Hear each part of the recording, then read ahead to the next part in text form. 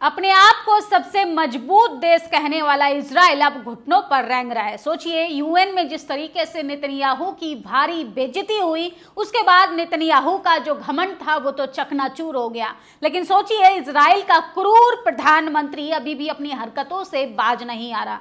किस तरीके से उसने 2 साल से फिलिस्तीन को बर्बाद करने के बाद गजा के लोगों को मौत के घाट उतारा और अब फिर से उसने हवाई हमला कर दिया है गजा पर।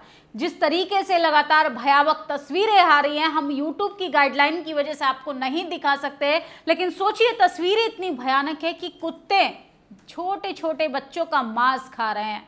मासूम बच्चे अपने माँ बाप को खोज रहे हैं। आंसुओं से, बेबसी से परेशान बच्चे दम तोड़ते हुए दिखाई दे रहे हैं। नेतन्याहू का जब इतिहास लिखा जाएगा तो खूनी स्याही से लिखा जाएगा। नेतन्याहू ने सीना चौड़ा कर कर यूएन में भाषण दिया, लेकिन सुनने के लिए एक नेता नहीं था। खाली कुर्सियों के आगे नेतन्याहू बोलते रहे। उसके बाद शायद उसको ये तो एहसास हुआ होगा कि जेनोसाइड करने का क्या नतीजा होता है।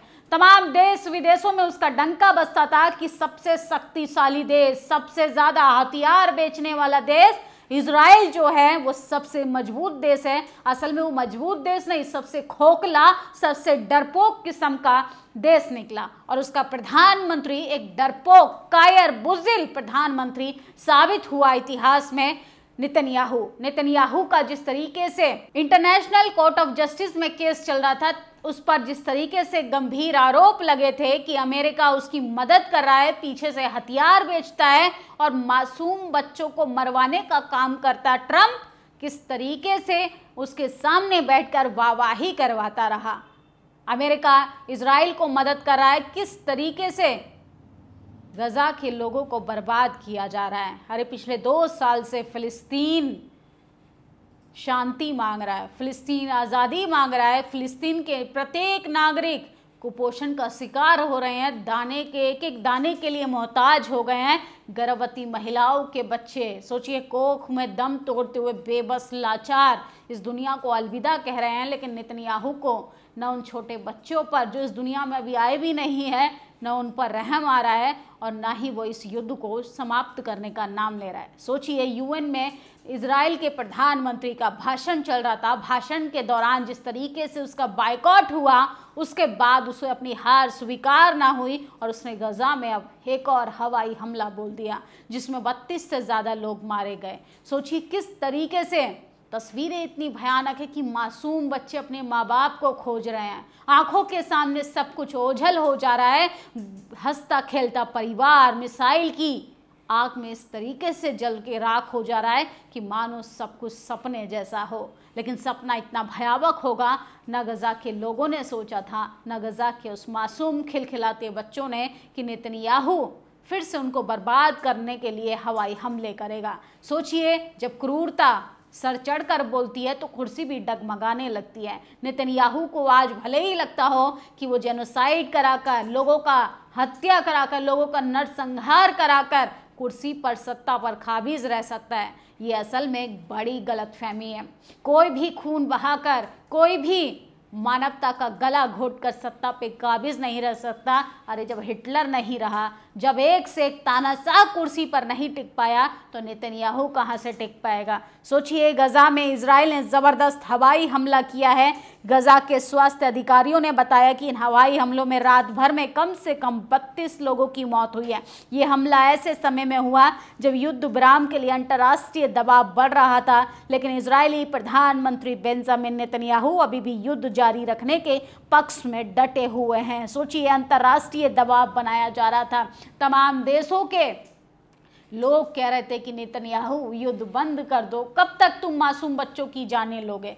युद्ध विराम पर बात होने ही वाली थी, नेतन्याहू ने एक हवाई हमला बोल दिया। क्या नेतन्याहू कुर्सी के लालच में, सत्ता के लालच में इतने अंधे हो गए हैं कि उन्हें युद्ध विराम की जगह युद्ध फिर से शुरू करने की ज़रूरत लगने लगी। नेतन्याहू के यूएन में भाषण के बाद बरसे बम। मध्य और उत्तरी गजा में शनिवार तड़के यानी शनिवार की सुबह हवाई हमलों में कई लोग अपने घरों में मारे गए।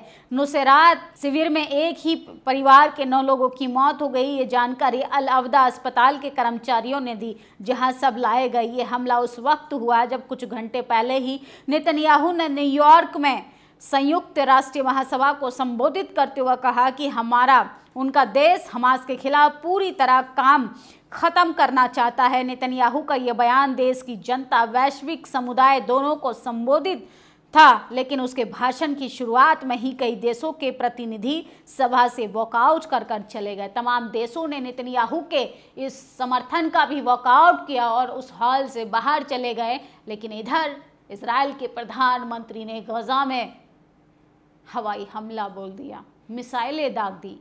उधर नेतन्याहू का भाषण चल रहा था और इधर बम के गोले।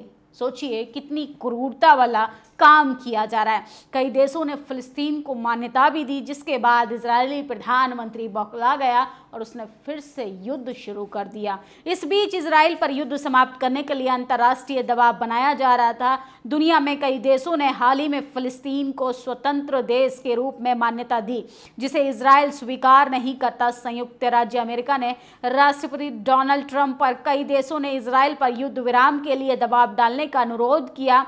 शुक्रवार को ट्रंप ने व्हाइट हाउस लॉन पर पत्रकारों से कहा कि उन्हें उम्मीद है कि अमेरिका गजा में संघर्ष कम करने और बंधकों को वापस लाने के लिए एक समझौते के करीब है। ट्रंप और नेतन्याहू की मुलाकात फिक्स हुई, लेकिन सोचिए सजा तो मासूम बच्चों को मिल रही है, वहाँ की महिलाओं को मिल रही है, वहाँ के जानवरों को मिल रही है। एक एक दाने के लाले पड़ गए हैं। जो भी सामग्री खाने की तमाम देशों से पहुँच रही थी, उसे भी बर्बाद करने का काम किया नेतन्याहू ने। सोचिए किस तरीके से क्रूरता की चरम सीमा पार कर चुका है बेंजामिन। इसको अपने इतिहास के पन्नों को जब दोहराया जाएगा तो कहीं ना कहीं वो अपने इस कुकर्म पर सबसे ज्यादा पछतावा करेगा।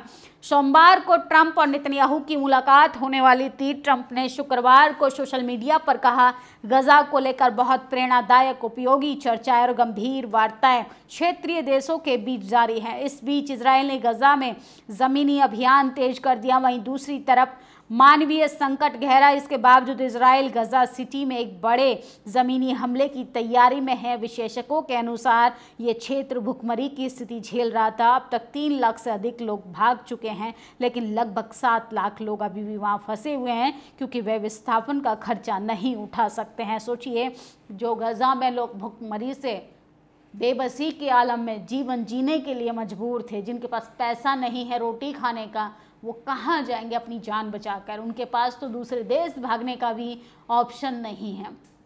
उन कुपोषण लोगों पर भी अत्याचार कर डाला नेतन्याहू ने। तुर्फा इलाके में 11 लोगों की मौत। शनिवार सुबह गाजा सिटी के तुर्फा इलाके में एक घर पर हवाई हमले में कम से कम 11 लोगों की मौत हो गई, जिनमें आधे से ज़्यादा महिलाएं और बच्चे थे। सबों को अहली अस्पताल लाया गया। वहीं शिवा अस्पताल में बताया कि सती शिविर में जो भी लोग आए उसमें से 4 लोगों की मौत हो गई। गजा सिटी के अस्पताल स्वास्थ्य केंद्र पूरी तरह चरमराने की कगार पर है। करीब 2 हफ्ते से चल रहे हमलों में 2 क्लिनिक नष्ट हो चुके हैं, 2 अस्पताल बंद हो गए हैं और बाकी अस्पतालों में दवाइयाँ, उपकरण और खाने की चीज़ें और ईंधन की भारी कमी है। लेकिन नेतन्याहू किस तरीके से कायर और बुज़दिल प्रधानमंत्री है, ये तो उसने साबित कर दिया। ये लगातार देखते जाइए वीडियो के थंबनेल्स, किस तरीके से लगातार देश भर में खबरें छाई हुई हैं। लेकिन सोचिए यूएन में भाषण दे रहा था बेंजामिन और उधर हमला बोल दिया। ना उसे कानून का डर है, ना कोर्ट का डर है, ना तमाम देशों के द्वारा बनाए हुए समझौते का डर है। असल में नरसंहार करने वाला ये क्रूर प्रधानमंत्री इतिहास के पन्नों में जब याद किया जाएगा तो इसका भी इतिहास वैसे ही याद किया जाएगा जैसे हिटलर का किया जाता है। क्रूर प्रधानमंत्री बेंजामिन नेतन्याहू, जिसने मासूम लोगों की जानें ली, जिसने उन तमाम लोगों पर फिर से हवाई हमला बोला जो खाने के लिए मोहताज थे। अस्पतालों को बम से उड़ाया जा रहा है, दवाइयाँ ख़त्म हो गई हैं, ईंधन ख़त्म हो गए हैं, ज़रूरत का सामान ख़त्म हो गया है। उसमें से कई महिलाएं गर्भवती भी हैं। सोचिए इतना कुछ हो रहा है गजा के साथ और फिलिस्तीन के साथ 2 साल बर्बाद करने के बाद भी अभी भी नेतन्याहू का कलेजा नहीं पसीज रहा है। कितने लोगों के खून के प्यासे हैं, आखिर सत्ता को बचाए रखने के लिए कितने बेकसूर लोगों को मौत के घाट उतारा जाएगा। इस खबर पर आपकी क्या प्रतिक्रिया है, कमेंट बॉक्स में जरूर बताइएगा। और नेतन्याहू के बारे में आप कैसे सोचते हैं, अपनी राय जरूर दें। शुक्रिया। दस्तक की आपसे गुजारिश है कि अगर इसको बचाना चाहते हैं तो नेशनल दस्तक को सब्सक्राइब करने के लिए रेड कलर के सब्सक्राइब बटन को दबाएं, फिर बेल आइकन की घंटी दबाएं। नेशनल दस्तक को बचाने के लिए बहुत जरूरी है कि हर खबर को शेयर करें, लाइक करें, कमेंट जरूर करें।